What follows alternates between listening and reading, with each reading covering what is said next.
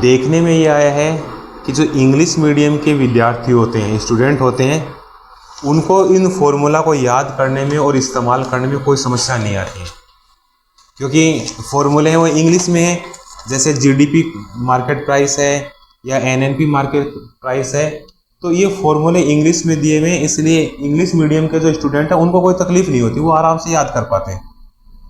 लेकिन हिंदी मीडियम के जो विद्यार्थी हैं उनको इन फॉर्मूलों को याद करने में थोड़ी परेशानी आती है, और इसलिए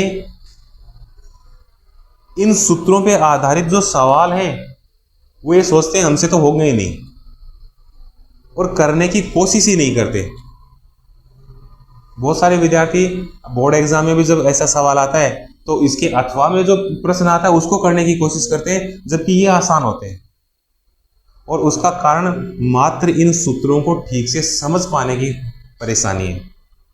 तो आज कोशिश यही रहेगी कि इन सूत्रों को बड़े ही आसानी से आपको समझाया जा सके, और फिर इन पर आधारित सवाल है वो करेंगे। जितने ज़्यादा सवालों की प्रैक्टिस करोगे उतने ही ज़्यादा आपके समझ में आएंगे। हर बार प्रश्न में कोई एक या दो चीज़ कुछ नई आ जाती है, या उस वस्तु तो वही होती है, यानी फैक्ट तो वही है, किसी दूसरे नाम से उसको दे दिया जाता है। जैसे मैंने आपको बताया था कि श्रमिक जो कार्य करते हैं उसके बदले में उन्हें मजदूरी दी जाती है, लेकिन कुछ प्रश्न है उसमें हमें पढ़ने को मिलता है श्रमिकों का मुआवजा। अब यहाँ बच्चे कंफ्यूज हो जाते हैं कि मुआवजा क्या है।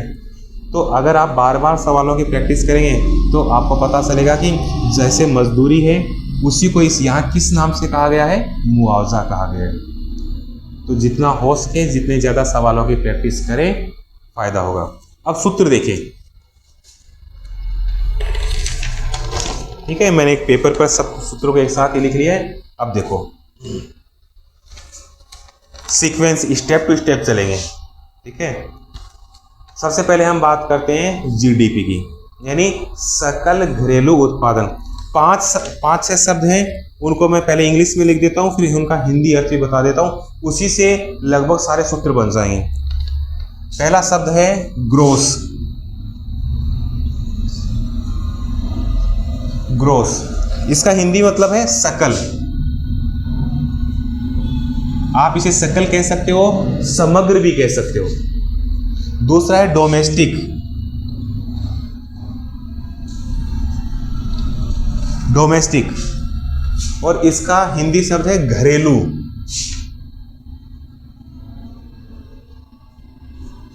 ठीक है। तीसरा आता है प्रोडक्शन, ये तो आप सब जानते हो, उत्पादन।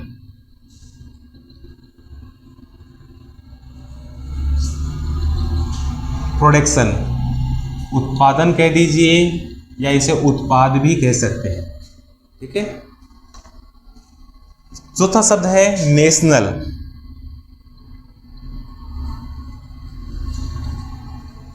नेशनल मतलब राष्ट्रीय। पांचवा शब्द है नेट, मतलब शुद्ध, ठीक है। और दो शब्द और आपको बार बार देखने को मिलते हैं, एट मार्केट प्राइस, ठीक है, एट मार्केट प्राइस। इसका मतलब है बाजार मूल्यों पर, बाजार मूल्यों पर, ठीक है। यानी वर्तमान में जो बाजार मूल्य है उस पे उसकी गणना की गई है, आधार वर्ष पे नहीं की गई है। और दूसरा आता है eight factor cost. Eight factor cost, eight factor cost को हम संक्षेप में क्या कहते हैं, FC। और मार्केट प्राइस को संक्षेप में क्या कहेंगे, MP। तो एट फैक्टर कॉस्ट का मतलब होता है कारक लागत पर। कारक का मतलब होता है साधन, तो चाहे तो आप कारक कह दीजिए, चाहे आप कह दीजिए साधन। लागत, बस ये जो 5-6 शब्द हैं इनको आप याद कर लें, उसके बाद सारे सूत्रों को आप आसानी से याद कर पाएंगे, ठीक है। इन्हीं शब्दों को घुमा फिरा करके इस्तेमाल किया जाता है और आपको लगता है कि बहुत सारे सूत्र हैं और वो याद नहीं हो पाएंगे। ज़्यादा तो नहीं, 5 ये और 2, 7 शब्द हैं, इससे ज्यादा कुछ नहीं। तो सूत्रों से डरे नहीं पहले तो। अब देखो एक एक करके बात करते हैं। मैं इन्हीं का इस्तेमाल करूंगा ज्यादातर।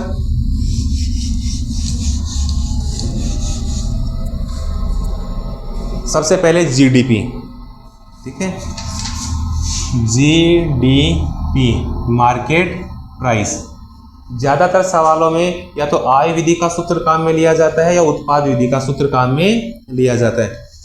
तो अगर व्यय विधि का, अगर व्यय विधि का सूत्र काम में लिया है तो अभी थोड़ी देर पहले हमने पढ़ा था C प्लस आई प्लस जी प्लस एक्स माइनस एम, व्यय विधि का सूत्र है। इनके हिंदी शब्द आपको पता है, ये निजी उपभोग व्यय है, निजी निवेश व्यय है, सरकारी व्यय है, ये निर्यातों से संप्राप्ति है और ये आयातों पर होने वाला व्यय है। आप ऐसे जीडीपी मार्केट प्राइस यानी बाजार मूल्यों पर सकल घरेलू उत्पादन प्राप्त कर सकते हैं, ठीक है। और अगर उत्पाद विधि वाला सूत्र है तो आप यूं काम में ले सकते हो, जीडीपी मार्केट प्राइस बराबर सिग्मा 1 से लेकर के n तक की जितनी भी फर्में हैं उन सबका जो सकल मूल्यवर्धन ग्रोस वैल्यू एडेड है उसका योग कर लेंगे, ठीक है। तो या तो जीडीपी दिया हुआ है, जीडीपी नहीं दिया हुआ, अलग अलग फर्मों का सकल मूल्यवर्धन दिया हुआ है उनका जोड़ कर लें, या सी आई जी एक्स एम ये अलग अलग दिया हुआ है तो इनका जोड़ करके भी हम जीडीपी ज्ञात कर सकते हैं। तो जीडीपी में तो कोई समस्या नहीं आएगी, ठीक है। अब अगली चीज, जीडीपी से हम जीएनपी पे कैसे पहुंचे। तो जीएनपी सकल राष्ट्रीय उत्पादन में 3-4 शॉर्टकट भी मैं आपको लिखूंगा। कोई भी चीज अगर घरेलू में दी हुई है तो उसको राष्ट्रीय में बदलने का एक ही सूत्र है कि आप उसमें विदेशों से अर्जित शुद्ध साधन आय जोड़ दो। तो जीडीपी एमपी यानी कि बाजार मूल्यों पर सकल राष्ट्रीय उत्पादन कैसे ज्ञात करेंगे, जीडीपी एमपी, इसमें आप जोड़ दो विदेशों से अर्जित शुद्ध साधन आय, अंग्रेजी में कहते हैं net factor income from abroad, विदेशों से अर्जित शुद्ध साधन आय। अब ये शुद्ध साधन आय क्या है ये समझ लो। हमारे देश के उत्पादन के साधन विदेशों में काम करने के लिए जाते हैं, बहुत से श्रमिक जाते हैं, हमने पूंजी निवेश किए तो वहां से हमें पैसा प्राप्त होगा, वो हमारी अर्थव्यवस्था में जुड़ेगा, इसलिए प्लस का है। दूसरी तरफ बहुत सारे विदेशी लोग हैं वो भी हमारे देश में कमाने के लिए आते हैं, इसलिए वो जो पैसा कमा करके लेकर के जा रहे हैं वो हमारी अर्थव्यवस्था से बाहर निकल रहा है, इसलिए वो माइनस का होगा। तो इन दोनों को प्लस माइनस कर लें तो वो आती है विदेशों से अर्जित शुद्ध साधन आय। ये प्लस की भी हो सकती है और माइनस की भी। अगर विदेशी लोग यहाँ से ज्यादा कमा करके ले गए हैं तो वो माइनस का आएगा, और हमारे देश के साधनों ने विदेशों में ज्यादा कमाया तो वो प्लस का हो जाएगा। अब ये हो गया। अब इससे हम आगे बढ़ते हैं कि जीएनपी से हम एनएनपी निकालें, एनएनपी मार्केट प्राइस, बाजार मूल्यों पर जो सकल राष्ट्रीय उत्पादन है उससे हम बाजार मूल्य पर शुद्ध राष्ट्रीय उत्पादन निकालना चाहते हैं। तो शुद्ध का मतलब है जो मूल्य ह्रास है वो हटा दो। कोई भी मूल्य, कोई भी अगर आपको सकल में दिया है यानी ग्रोस में दिया हुआ है तो उसमें से अगर मूल्य ह्रास मतलब डेप्रिसिएशन घटाते हैं वो किस में बदल जाएगा, शुद्ध में बदल जाएगा। तो अगर हमें दिया हुआ है जीएनपी मार्केट प्राइस तो इसमें से आप मूल्य ह्रास यानी डेप्रिसिएशन, मूल्य ह्रास जिसे अंग्रेजी में कहते हैं डेप्रिसिएशन, वो घटा दो तो किस में बदल जाएगा, शुद्ध में। सकल में यानी सकल राष्ट्रीय उत्पादन दिया गया था, शुद्ध राष्ट्रीय उत्पादन निकालना है, मूल्य ह्रास निकाल दो, यानी टूट फूट पे जो खर्चा हुआ ना वो सब निकाल दो। अब क्या करें, अगर यहां हमें चीज बाजार मूल्यों पर दी हुई है, चाहे वो जीएनपी हो, चाहे जीडीपी हो, चाहे एनएनपी हो, कोई भी हो, कोई भी अवधारणा हमें अगर बाजार मूल्यों पर दी हुई है और आप उसे साधन लागत पर परिवर्तित करना चाहते हो यानी एट फैक्टर कॉस्ट में बदलना चाहते हो तो एक काम करो, उसमें से अप्रत्यक्ष कर घटा दो और अनुदान जोड़ दो, वो बाजार मूल्य की चीज साधन लागत पर परिवर्तित हो जाएगी। इसको करता हूं, NNP मार्केट प्राइस दिया हुआ है, हमको फैक्टर कॉस्ट पे चाहिए, साधन लागत पर चाहिए। तो जो NNP मार्केट प्राइस है इसमें से अप्रत्यक्ष कर यानी कि इनडायरेक्ट टैक्स घटाओ, अप्रत्यक्ष कर घटा दो और अनुदान यानी कि सब्सिडी जोड़ दो। अनुदान सब्सिडी को कहते हैं, जोड़ दें। कई बार क्या किया जाता है, अप्रत्यक्ष कर में से अनुदान पहले से ही घटा करके दे दिया जाता है, तो उसे कहा जाता है शुद्ध अप्रत्यक्ष कर। ये माइनस का है और ये प्लस का है, इन दोनों को माइनस प्लस करेंगे तो वो कहलाएगा शुद्ध अप्रत्यक्ष कर। तो इसी को हम दूसरी तरीके से लिख सकते हैं, NNP FC बराबर NNP मार्केट प्राइस, इसमें से घटा दो शुद्ध अप्रत्यक्ष कर यानी नेट इनडायरेक्ट टैक्स। और आमतौर पर जिसे हम राष्ट्रीय आय कहते हैं वो कुछ अलग नहीं होता, साधन लागत पर जो शुद्ध राष्ट्रीय उत्पादन है वही राष्ट्रीय आय भी कहलाती है। तो NNP फैक्टर कॉस्ट ही क्या होती है, राष्ट्रीय आय यानी कि नेशनल इनकम। ठीक है, तो जब कभी ये कहा जाए कि राष्ट्रीय आय क्या है तो वास्तव में साधन लागत के ऊपर जो NNP है उसी को हम राष्ट्रीय आय मानेंगे। अब इसके बाद हमसे पूछा जाता है पर्सनल इनकम यानी कि वैयक्तिक आय। पर्सनल इनकम हम कैसे निकालेंगे, देखो पर्सनल इनकम हमको राष्ट्रीय आय से निकालनी होती है। तो अगर हमें ये सारी चीजें दी हुई हैं, सीधा हमको NNP फैक्टर कॉस्ट या राष्ट्रीय आय नहीं दी हुई है, तो पहले आप इससे राष्ट्रीय आय तक पहुंचे और फिर उसमें से सूत्र के माध्यम से आप वैयक्तिक आय निकाल सकते हैं। तो वैयक्तिक आय का सूत्र क्या है, अंग्रेजी में कहते हैं पर्सनल इनकम। पर्सनल इनकम, ठीक है। पर्सनल इनकम कैसे निकलेगी, राष्ट्रीय आय में से कुछ चीजें घटानी पड़ेगी। NNP फैक्टर कॉस्ट या जो राष्ट्रीय आय है इसमें से हमें कुछ घटाना पड़ेगा। क्या क्या घटाना पड़ेगा वो देखिए। पहला तो है अवितरित लाभ। फर्में कई बार जो लाभ कमाती हैं वो उत्पादन के जो साधन है उनमें पूरी तरह बांटे नहीं जाते, यानी जो शेयर होल्डर हैं उनके बीच में वो लाभ बांटा नहीं जाता है। फर्म अपने भविष्य के विकास के लिए उस लाभ को अपने पास सुरक्षित रखती है, उसे अवितरित लाभ कहते हैं, तो वो घटाया जाएगा। इसे संक्षेप में UDP यानी अनडिस्ट्रीब्यूटेड प्रॉफिट भी कह देते हैं। आप चाहो तो हिंदी में लिख लो अवितरित लाभ। अवितरित लाभ अंग्रेजी में लिखना चाहो तो लिख लो UDP अनडिस्ट्रीब्यूटेड प्रॉफिट। ठीक है, इसके अलावा हमें क्या करना पड़ेगा, हमें इसमें से निगम कर घटाना पड़ेगा। निगम कर अंग्रेजी में कहते हैं कॉर्पोरेट टैक्स। जिस प्रकार एक व्यक्ति की आय के ऊपर आयकर लगता है, ठीक उसी प्रकार से एक फर्म के ऊपर हम कॉर्पोरेट टैक्स यानी कि निगम कर लगाते हैं। ये घटा दो। इसके बाद एक और घटाना पड़ेगा, क्या, परिवारों द्वारा जो ब्याज अदायगी की गई है वो हमें घटाना पड़ेगा। परिवार ने सरकार से जो ऋण ले रखा है उसके ऊपर जो ब्याज अदायगी चुकानी पड़ रही है वो इसमें से घटेगी। तो परिवारों द्वारा की गई ब्याज अदायगी, ब्याज अदायगी, ठीक है, ये घटेगी। लेकिन परिवारों द्वारा सिर्फ ब्याज की अदायगी नहीं की जाती, यानी ब्याज भुगतान ही नहीं किया जाता, परिवारों को ब्याज प्राप्त भी होता है। सरकार ने अगर आम जनता से ऋण ले रखा है तो सरकार उस ऋण के ऊपर जो ब्याज जनता को देगी वो मिलेगा। तो इसलिए हम यहां जोड़ेंगे परिवारों द्वारा प्राप्त ब्याज, परिवारों द्वारा प्राप्त ब्याज। अब कई बार ये दोनों अलग अलग दे दिए जाते हैं कि परिवारों द्वारा भुगतान किया गया ब्याज तो इतना है और परिवारों द्वारा प्राप्त ब्याज इतना है, तब तो दोनों को एंट्री अलग कर लेंगे, भुगतान किया गया ब्याज घटा देंगे और प्राप्त किया गया ब्याज जोड़ लेंगे।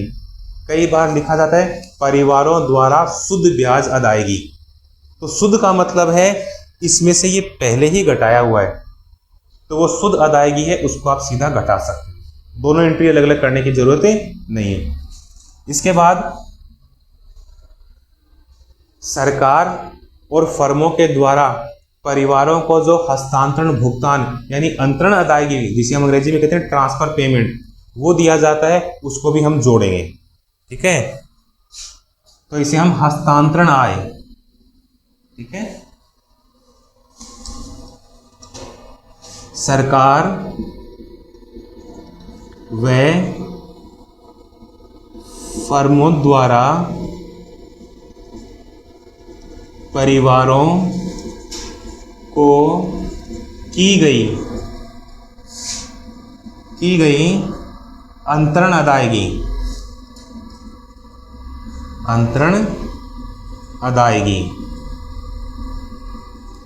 ठीक है। ये सारी चीजें अगर इसमें हम प्लस कर देंगे तो हमें मिल जाएगी पर्सनल इनकम यानी वैयक्तिक आय। इसके बाद इसमें से हमसे पूछा जाता है वैयक्तिक परियोज्य आय, पर्सनल डिस्पोजेबल इनकम। ऊपर लिख दूं, इसे हटा देता हूं।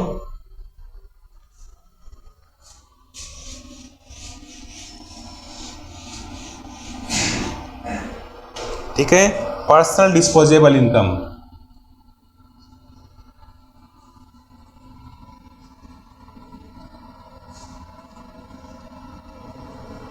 पर्सनल डिस्पोजेबल इनकम कैसे निकालेंगे? जो पर्सनल इनकम है, शॉर्ट में लिख दूं पर्सनल इनकम, इसमें से दो चीजें घटेंगी। एक तो जो प्रत्यक्ष कर है वो घट जाएगा, ठीक है। तो प्रत्यक्ष कर को हम कह सकते हैं पर्सनल इनकम, पर्सनल टैक्स, या इसे हम इनकम टैक्स भी कह सकते हैं।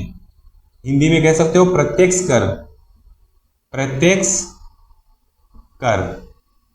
और अगर इंग्लिश में लिखना है तो पर्सनल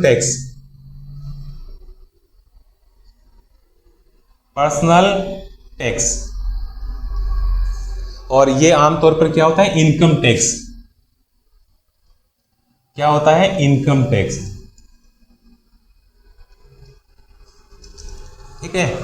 व्यक्ति पर जो प्रत्यक्ष कर लगाया जाता है वो आमतौर पर इनकम टैक्स होता है। इसके अलावा भी और लगते हैं, लेकिन इनकम टैक्स सबसे मेन होता है। तो पर्सनल इनकम में से प्रत्यक्ष कर या जो पर्सनल टैक्स या इनकम टैक्स है, एक तो वो घटाना होता है। इसके बाद दूसरा होता है गैर कर अदायगी। गैर कर अदायगी ये घटा देंगे। गैर कर अदायगी में क्या होता है? फीस और जो जुर्माना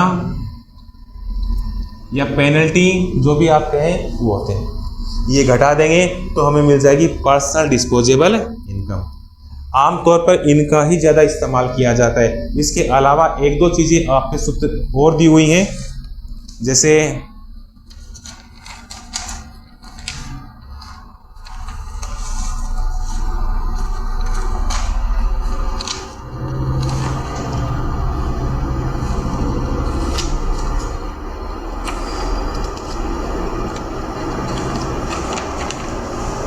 ये हो गया है। एक दिया हुआ है प्रति व्यक्ति आय, ठीक है।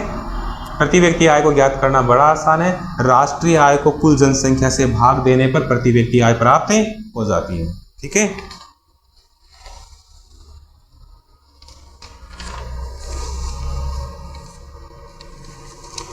इसके बाद दो पॉइंट और देखने को हमें मिल रहे हैं। एक दिया हुआ है शुद्ध राष्ट्रीय परियोज्य आय। ये शुद्ध राष्ट्रीय परियोज्य आय पेज नंबर 6.11 पे दिया हुआ है आपकी बुक में। शुद्ध राष्ट्रीय परियोज्य आय क्या है? शुद्ध राष्ट्रीय परियोज्य आय मतलब शुद्ध राष्ट्रीय आय में शेष विश्व से जो अंतरण अदायगी यानी हस्तांतरण भुगतान हमें प्राप्त होते हैं वो जोड़ दें। मैंने एक दिन आपको सिखाया भी था शेष विश्व से जो अंतरण अदायगी कैसे मिलती है। एक देश दूसरे देश को जो सहयोग देता है, सहायता देता है, जिसे वापस लिया नहीं जाता, ये ऋण के रूप में नहीं है सहायता, ये ऐसे ही सहायता है, इसे हम कहते हैं अंतरण। तो शेष विश्व से जो हमको अंतरण प्राप्त हो रहा है उसमें से हमने अन्य देशों को जो अंतरण चुकाया वो घटा देंगे तो हमें मिल जाएगा विश्व के शेष भागों से अन्य शुद्ध चालू हस्तांतरण। ये आप जोड़ दें तो आपको मिल जाएगा शुद्ध राष्ट्रीय परियोज्य आय।